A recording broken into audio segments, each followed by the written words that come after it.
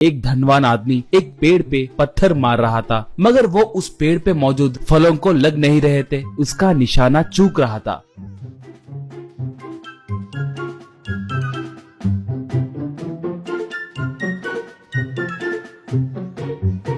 ऐसे करते करते आखिर में थोड़े फल नीचे गिरे।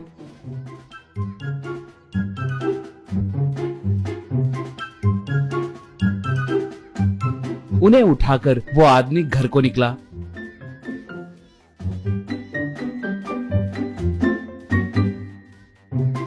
रास्ते में सब्जी मंडी के पास जमीन पे गिरे हुए सब्जियों को उठाकर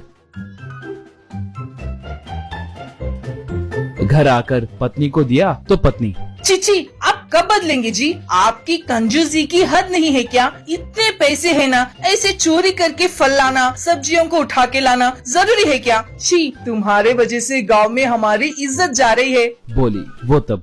गाँव वाले क्या सोचे तो हमें क्या, मैं ऐसा ही हूँ, बेकार में 1 रुपया भी खर्च नहीं करता। तुम्हारा क्या, तुम कुछ भी कहोगी, पैसे कमाए तो तुम्हें मेरी मेहनत पता चलती। अब चुपचाप जाकर खाना बनाओ, ये सब्जियाँ 4 दिन तक आनी चाहिए, याद रखना, कहा। उसकी पत्नी सर पीटने लगी।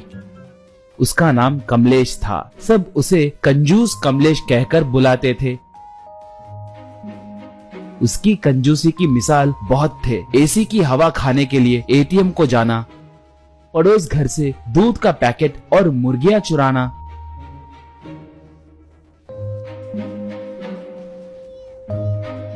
बाइक में से पेट्रोल चुराना, करंट पोल पे चढ़कर बिजली चुराना, बिना अनुमति के दूसरों के तालाब में मछली पकड़ना। सिर्फ ये ही नहीं, आखिर में भेष बदलकर रेलवे स्टेशन में टी भी बेचता था। उस गांव में रामू सोमू नाम के 2 मजदूर लोग रहते थे। वो लोग मजदूरी का काम करते हुए पैसे कमाते थे।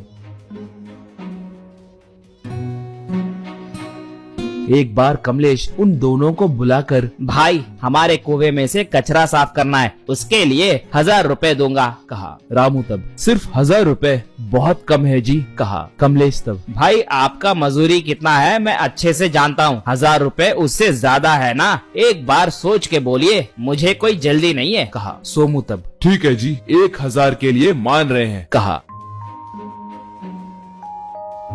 ऐसे दोनों पूरा दिन मेहनत करके कुएं से कचरा निकाले।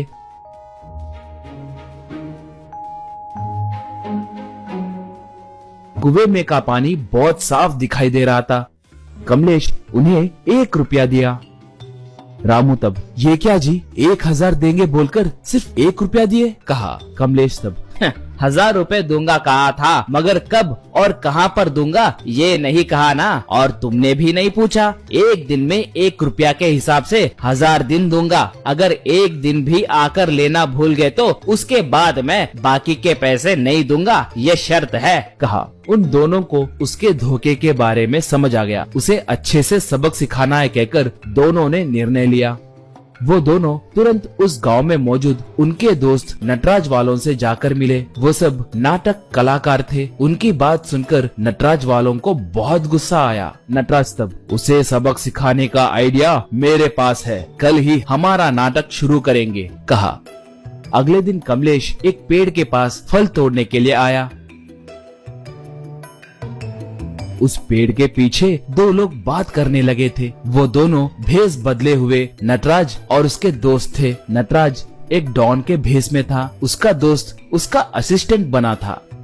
कमलेश चुपके से उनके बातें सुनने लगा। नटराज अपने सामने रखे गैस सिलेंडर को बीच में से खोला तो उसमें पैसे दिखे। वो उसे बंद करके, इस गांव में रामू सोमू नाम के 2 मजदूर रहते हैं, उन्हें ये सिलेंडर देकर इसे रेलवे ट्रैक पे रखने के लिए कहो, कहा। असिस्टेंट तब, क्या रेलवे ट्रैक पे रखने कहूँ? वो काम मैं ही कर सकता हूँ ना। अगर वो पैसे वो लोग चुराए तो कैसे? वैसे ये सब क्या है भाई, समझ नहीं आ रहा है, कहा। नटराज, इसमें पैसे है कहकर उन्हें मत बताना, सिर्फ मजदूरी के पैसे देंगे बोलो। इसे ट्रैक पे रखते ही ट्रेन आकर वहाँ पर रुकेगी। ट्रेन में से ड्राइवर उतरकर बाहर आएगा, वह अपना ही आदमी है। वो उन्हें हीरो का थैला देकर सिलेंडर लेकर जाएगा। हाँ, ये सब हम ही कर सकते हैं, मगर रिस्क क्यों लेना। इसलिए वो रामू सोमू गए तो कुछ गड़बड़ हुई तो पुलिस वाले उन्हें जेल में डालेंगे, कहा। असिस्टेंट ठीक है कहकर वो सिलेंडर लेकर चला गया। ये सब सुनकर कमलेश के मन में लालच जगी। वो उस रात रामू और सोमू के घर को जाकर वहाँ पर मौजूद सिलेंडर को चुराया। अगले दिन उसे लाकर रेलवे ट्रैक पर रखकर ट्रेन के आने का इंतजार करने लगा। दूर से ये सब गौर कर रहे रामू वाले पुलिस वालों को फोन किए। पुलिस वाले निकले। दूर से ट्रेन आने लगी तो कमलेश बहुत खुश हो रहा था। ट्रेन तेजी से आकर उस सिलेंडर के सामने रुकी। इतने में पुलिस वाले वहां पर आए।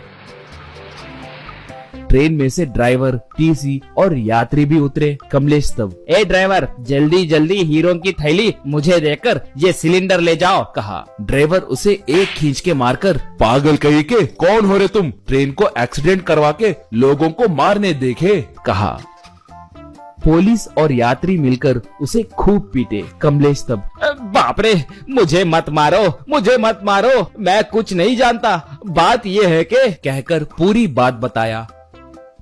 ऐसे तब, तुम सच कह रहे हो कि नहीं, अभी देखेंगे, कहकर सिलेंडर को बीच में से काटा, मगर उसमें पैसे नहीं थे। तब लोग फिर से उसे खूब मारे। ऐसे वो जेल भेजा गया।